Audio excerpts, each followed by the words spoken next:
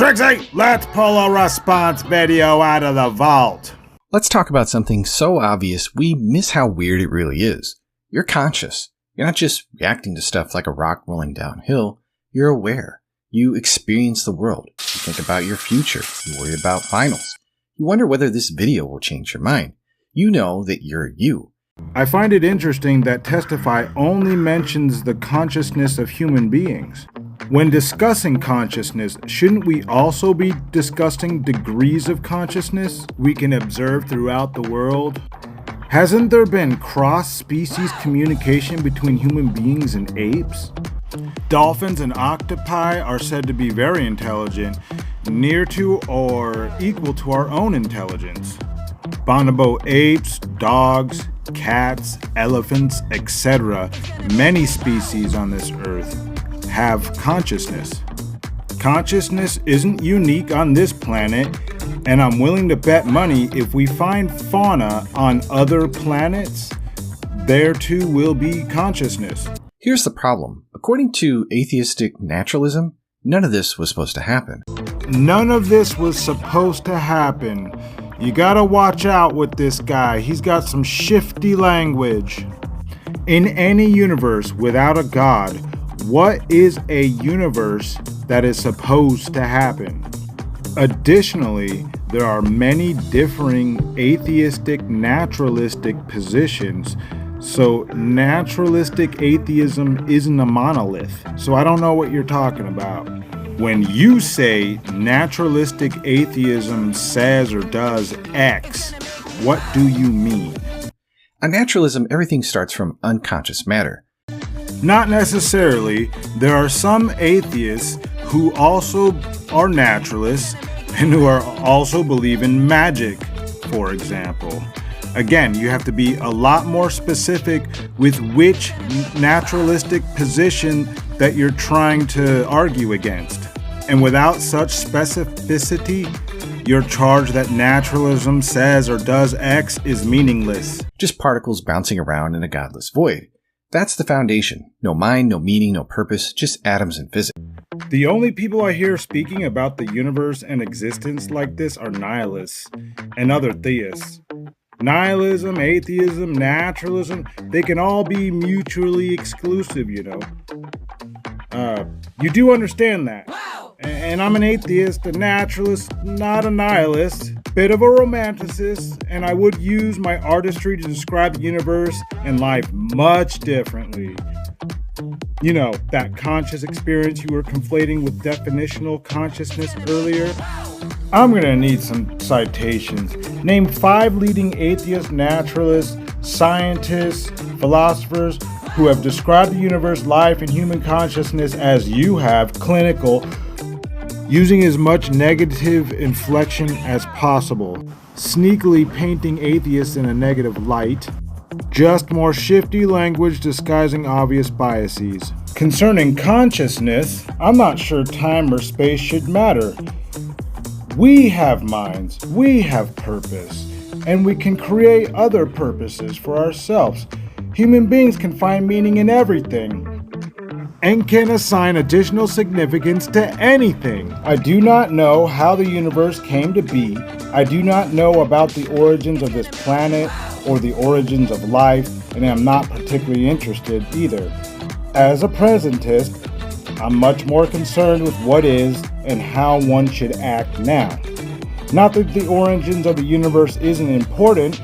Nothing you have said about consciousness or the universe resembles what I've heard from biologists, physicists, astronomers, philosophers, etc. Again, the only time I have ever heard the universe trivialized as you have described it is from nihilists and other theists trying to discredit atheists.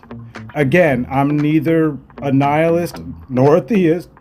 Ontologically speaking, as a presentist, existence is the essence. I will not have the time to fully explain my estimation of this idea, but I will say, and perhaps one can derive further understanding from the following. Existence is the essence. Part of the ground I stand upon is the ground I stand upon. So here's the question. Why would that kind of universe randomly cough up you? Who made the claim that the formation of our universe was random? Consciousness isn't just one more physical process to throw under a microscope. It's not like digestion or photosynthesis. It's first-person experience. If you're saying consciousness can't be studied by science, I think some neuroscientists might beg to differ. Scientists, and it wouldn't surprise me if a number of philosophers also objected. And no matter how many neurons you map or circuits you model, you'll never get "I feel sad" or "I love my mom" out of electricity. There's that shifty language again. Whoever claimed consciousness was electricity? Like you can call up Edison and have your baby delivered or something. It's fucking stupid. There is a huge chasm between firing neurons and feeling anything at all. Is he going to explain how he knows that, or just keep rambling on like he knows what he's talking about? Even atheist philosophers admit this is a massive problem. Colin McGinn famously asked, "How did evolution convert the water of biological tissue into the wine of consciousness?" Making an inquiry like that is not an admission that there's a problem with one's worldview. So let's be real, if naturalism is true, if all that exists fundamentally is non-conscious matter governed by blind physical laws, that's not a definition of naturalism that I'm aware of, but I don't doubt it. Like I said before, there's a lot of different philosophical positions concerning naturalism. My definition of naturalism is actually very simple. It's the belief that the universe and everything in it exists. And to certain extents, that which exists can be observed and or studied. If one is to ascertain the truth, that which is reality or that which exists, your methodology to ascertain such truth is paramount. Then consciousness is not something that you would expect. You might expect complex behavior, information processing, maybe even robots that pass Turing tests. But subjective experience, the inner what it's like to be you, has no place in that picture. It doesn't follow from mass, charge, or spin. Nature can simulate intelligence without consciousness, so the emergence of minds with first-person awareness looks, from the standpoint of naturalism at least, deeply anomalous. From Testify's point of view, a random, purposeless, mindless universe might produce thinking robots, but not conscious biological beings. Does the man present reasoning as to why thinking robots are not on the table, but not conscious biological beings? Consciousness is not at all anomalous if one considers the consciousness of other species on this planet, because then it's quite ordinary. But if the foundation of reality is a personal mind, then the appearance of finite minds is not only unsurprising, it's what we would expect. Why, oh why? I mean, that was a total non sequitur. Why? Even if I granted the existence of your personal mind as possible foundation for reality, why would that necessitate the direct creation of finite minds or consciousness?